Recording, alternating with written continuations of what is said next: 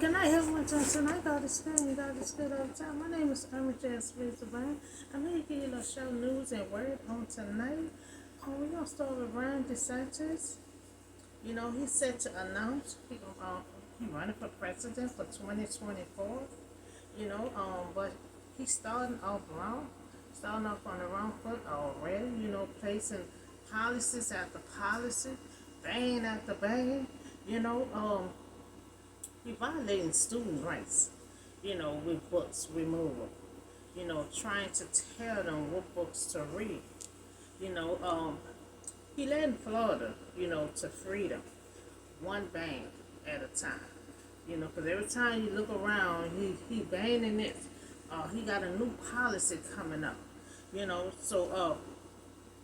had a law passed last year requiring teachers, to remove books, that do not appear on the state approval reading list. He had banned DEI. That was pretty much last year, the beginning of this year. He also was trying to get rid of AP course. So if he, ain't banning, he coming up with policy. DeSantis pursue policies, that hit African Americans. He tried to remove Black history from the schools. And tried to remove AP course. He also removed certain books from the classroom. And they have freedom to read, what books they want to read. But he picking the books, that he feel like appropriate for the teens to read. So Black history, is our next generation, to learn about our ancestors, what they went through, what kind of laws they had got passed for us, So he wants to rewrite and delete Black history, Rosa Parks. And I think that was like last year, her story, so now so like he just it seemed like he just want to wipe out, Black history. He want to wipe out Black history. So now we have NAACP. So now they have a place an issue on travel advisory. The board of directors, had issued a former advisor, against DeSantis, Florida. Travel advisor to individual, family. Let any individual, make their choice to where they want to visit, where they want to stay. He don't make that choice. He have to let the person make their choice of where they want to visit. In other words, he don't want them visiting Florida. So I request that Black history, remain in the school. You can't wipe out history. It's our for our next generation to learn about. So without history, there's nothing. We won't have anything to go on without our history. So traveling advisory, I request across the nation, any individual, have the right to visit what state they want to visit and where they want to live in, to have the right to choose. So travel advisory is an official warning statement that issued by the government. So the news I had wanted to come out today, about Ron DeSantis. He running for president, but he also hurting a lot of people that, he have to a lot of people he gonna need to vote for him. You're gonna need a lot of people to vote for you. So banning so much stuff, policy so much stuff, removing this and removing that. So You have to be right with all to get a whole lot of votes to run for president. So I have a word for you on tonight. Also, David hears of Saul death. So you remember I put that out the other day. That Saul, he came along and he saw his sons, after his sons, dead. And so he decided to kill himself. And David never known about it up until now. So now David just returned from striking down the Ammonites and stayed in Ziklag, for 2 days. So now he still don't know that Saul is dead right now. So this is the third day. A man arrived, from Saul camp with his clothes torn, he dusted, the clothes all on his head. I mean, he just probably looked a mess running to David, trying to tell David what happened. So when he came to David, he fell to the ground, to pay him honor, because at the same time, he happy that this happened. Because they want David, to be the king. God had anointed him since he was a young boy. So everybody know that David was supposed to be the next king, but Saul was still the king. So this person about to tell David, everything that had happened to Saul and give him good news. To him it's good news. Because he think this is good news for David. Even though David was running around, Saul kept on wanting to kill him and stuff, he still loved this Saul. He still respected Saul because in his eyes he looked at that's God anointed. So he always respected Saul, because of who he was under God anointed. Regardless of the mistakes that he made. David looked at that God anointed so he respect anyone that's under God. So David asked, where you just come from? Because I can imagine he just out of breath. They say his clothes all torn, dust all in his head. He stated he escaped from the Israelite camp. So now, this man clothes is on torn up, and so David asked him what happened, because, he looking his clothes all ripped apart, so the man had flee from the battle, and many of the Israelites had fell and died. They had killed a whole lot of the Israelites. The Philistines just came through there. They really want to Saul they really want to Saul, but they wind up and killed his sons.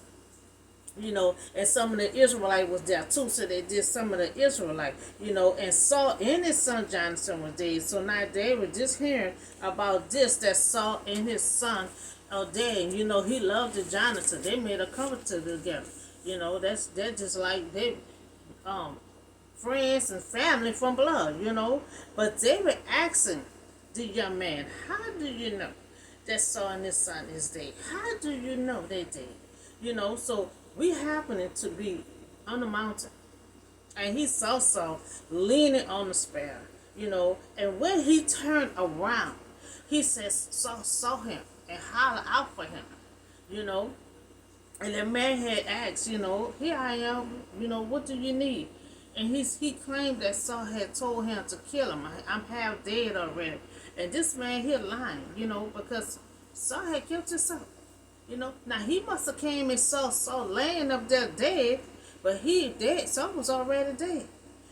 So Saul told him to kill him, and he was already to death. And the man claimed he was an Ammonite. So he claimed that he killed Saul. He said that he don't think he was gonna survive anyway, so he just finished doing him off. So now he told David, he just had finished and finished killing him because he's saying he wasn't gonna survive. So the man with David, the men that was with David all mourned for Saul and Jonathan. They also fasted, from even, for Saul and Jonathan and for the army of the Lord in the nation of Israel. They mourn. They mourn for Jonathan and Saul for a good little while, to evening, fasting to evening. They did the fasting, that's how they do back then. Someone they love die, they fasting and stuff like that among for their loved one. Now they were asking the young man, where are you from? You know, and the son, he said, the son of Pharaoh, the Ammonites. So he told him he an Ammonite. You know, and you know David just came from beating the Ammonites, so he must have had got away. You know, so the man identified himself as an Ammonite, you know, from Saul camp. Now early on he said from the Israelite camp. You know, so obviously the man was lying, both about his identity and about what happened on the battlefield, because Saul was already dead. You know, so he had Saul crown. He took Saul crown, you know, and something the Philistine would have left behind. But we can't identify that he found Saul dead, you know, on the battlefield before the Philistine arrived. Philistine the one killed him, so he couldn't have found it before they arrived, you know. So his life of deceit led to disaster. Now he wanted to make punishment with David, because you know they're about to be king now. The next one to be king. You know, and so they had to do Jonathan, you know, they had to do Jonathan in too, because Jonathan thought he was going to be the next heir, you know, of the king. You know, so his life of deceit led him to disaster. You know, the man lied to gain some personal reward, you know, for killing David revival, you know, because see, David was going to be king. You know, so David asked him, why, when you're afraid, you know, to lift your hand against the law anointed. Now they were telling him, now you telling me, you know, that you done killed Saul, you know, God anointed. Why were you afraid? You know, why were you not afraid to kill your king and someone that God had anointed? You know, so the first thing the young man, he lied. You know, we know that Saul killed himself. You know, so he was happy that Saul was dead because he wanted David to be the king. He wanted David to step in as king. You know, so David had let him know, why wasn't you afraid to kill God anointed Saul? You know, so David taking that hard. Even though Saul was his enemy, even though Saul kept on wanting to kill him, had him keep on running from cave to cave, you know, he still taking his heart. You know, taking it hard. He said, why you was not afraid, you know, to kill this powerful man that was a king, you know, that was God anointed. Why you wasn't afraid? You know, so to kill God anointed. Now David still look at Saul that he is God anointed. You know, he still, you know, he still praise God Saul. You remember when Saul was alive? You know, he spared Saul's life by 2 or 3 times. You know, so David respect God anointed. You know, he respected. You know, every time Saul said, "I'm not gonna do," you know, David will start back laughing and talking with Saul like ain't nothing happened. You know, so even though, you know, David would be the king, you know, something that he been waiting for a long time. It been 20 years. You know, he still look at Saul that he was God anointed. He looked at him that's the God of man. You know, why was not afraid to kill that man, the God of man? Why you was not afraid? You know, so then David had called one of his men. See, David taking his hold. David taking his hold. So now David is calling his men. You know, he calling his men. He said, go strike him down. Go strike him down. Because he cannot answer me. Why was he not afraid to kill God anointed? The man could not answer. You know, so go strike him down. So he struck him down and the man had died. You know, now David had said, your blood will be on your own head. You know, your own mouth had testified against you. Now he done ran his mouth. You know, he done ran his mouth talking about he killed Saul. You know, now he had took his life. You know, so when his mouth had testified against him, and when he had said, I killed the Lord anointed, and you can answer me and say, why? You know, so that's why David considered it a crime, you know, to kill the king. Now David came up with a rule. Now he said it's a crime to kill a king. You know, so even though Saul was his enemy, you know, David believed, you know, that God anointed Saul. He believed that God anointed Saul, and only, you know, he said God anointed Saul, and he said only God, could remove him from position. And see, a lot of people want to move you from here and here. But see, when God anoints you, when God put his hands on you, nobody cannot move you but God. So they try to move Saul out the way, because they wanted David to be the king. But just like they said, David, you know, he could not make that choice. Nobody but God can move somebody out of position when he the one anoints that person. So also it was God's job. It was God's job to move someone out of position. Now it's God's job, not David's job, to judge the man. David said, "Oh, this is a crime now. This is a crime. Okay, you can kill God anointed. Now David made that out of crime. And so Saul was David, enemy. But when he heard, the news, even though he would be king. That don't phase him right now. Just a situation he's trying to deal with right now. Even though he about to be king, it still was bad news to him. Because see, Jonathan was in the mix of it. He loved Jonathan like this. That's his own brother. Jonathan in the mix of this. So that's like bad news to David. Not good news. But it was good news to the man. He was running all out of red clothes, shirt and stuff all on his head, everything ripped apart, because that was good news for him. And see, David is a man of God, so then you killed the God anointed. That was not no good news for David. That was not good news to David. So David respect God anointed. And the young man lied about killing Saul, but that's a lie because Saul had took his own life. So now it been 20 years, and this is a story I always used to tell y'all. David got anointed when he was a young boy, probably like 16, 17 years old. And he waited on God. He trusted God. He had faith. He believed God's words when God said, when he was 17 years old, I'm gonna make you a king. You're gonna be the king and a ruler over the Israelites. Time kept on passing. Years kept on passing. Keep on running from Saul. Running from cave to cave. He still wasn't in position.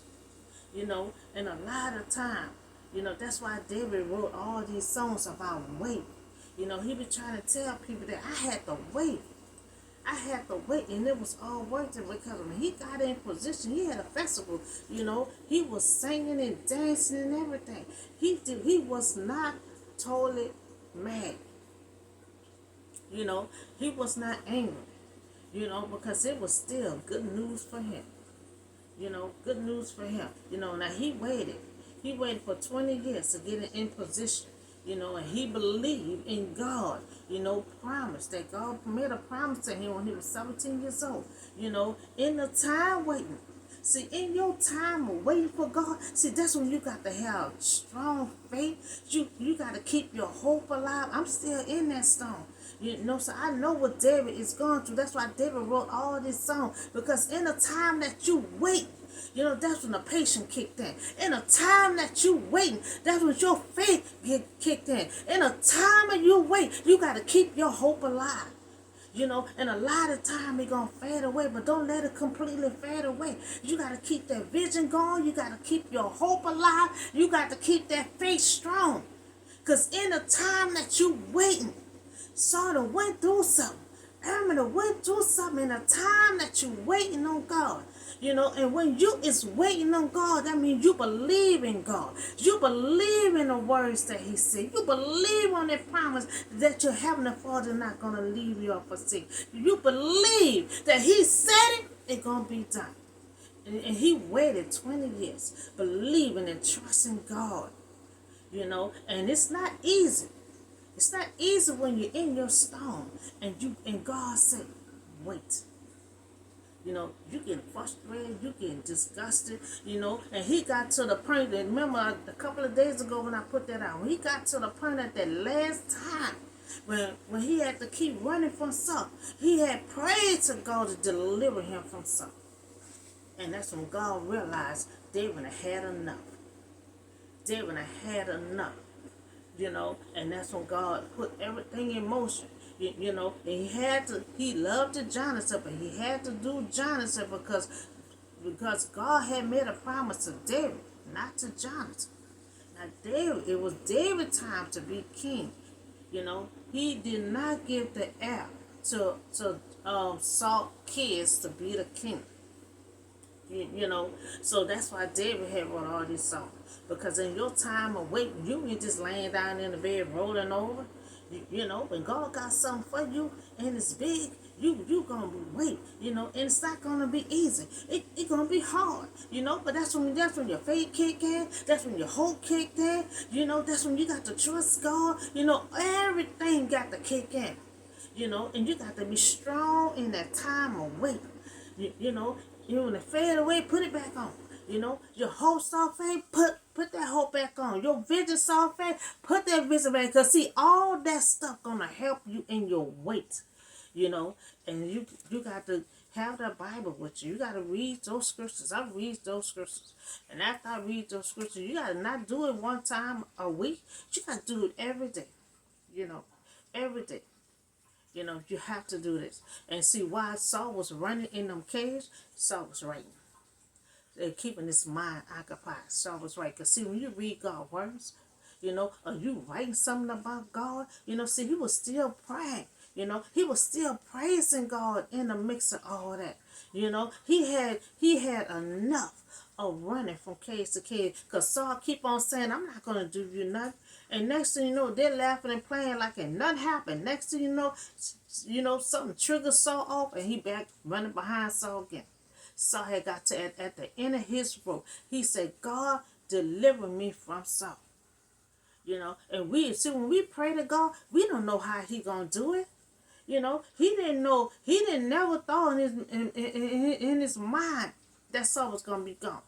When we pray, we don't know how it gonna be done. But we gonna keep waiting. We know God gonna do what he said he gonna do. And David waited. It took him 20 years. And just like the other guy, the young man, he wanted Saul dead so bad to move David in position.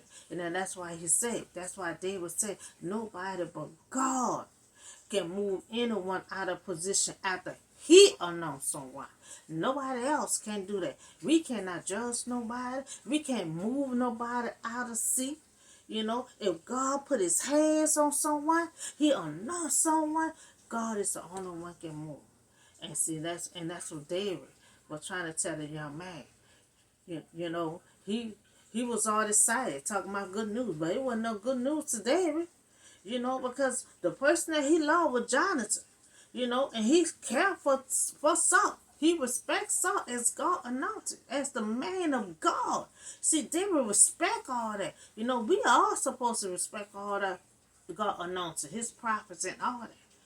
But we got to know it, they're ready, the prophet. We got to really know it, they are God anointed.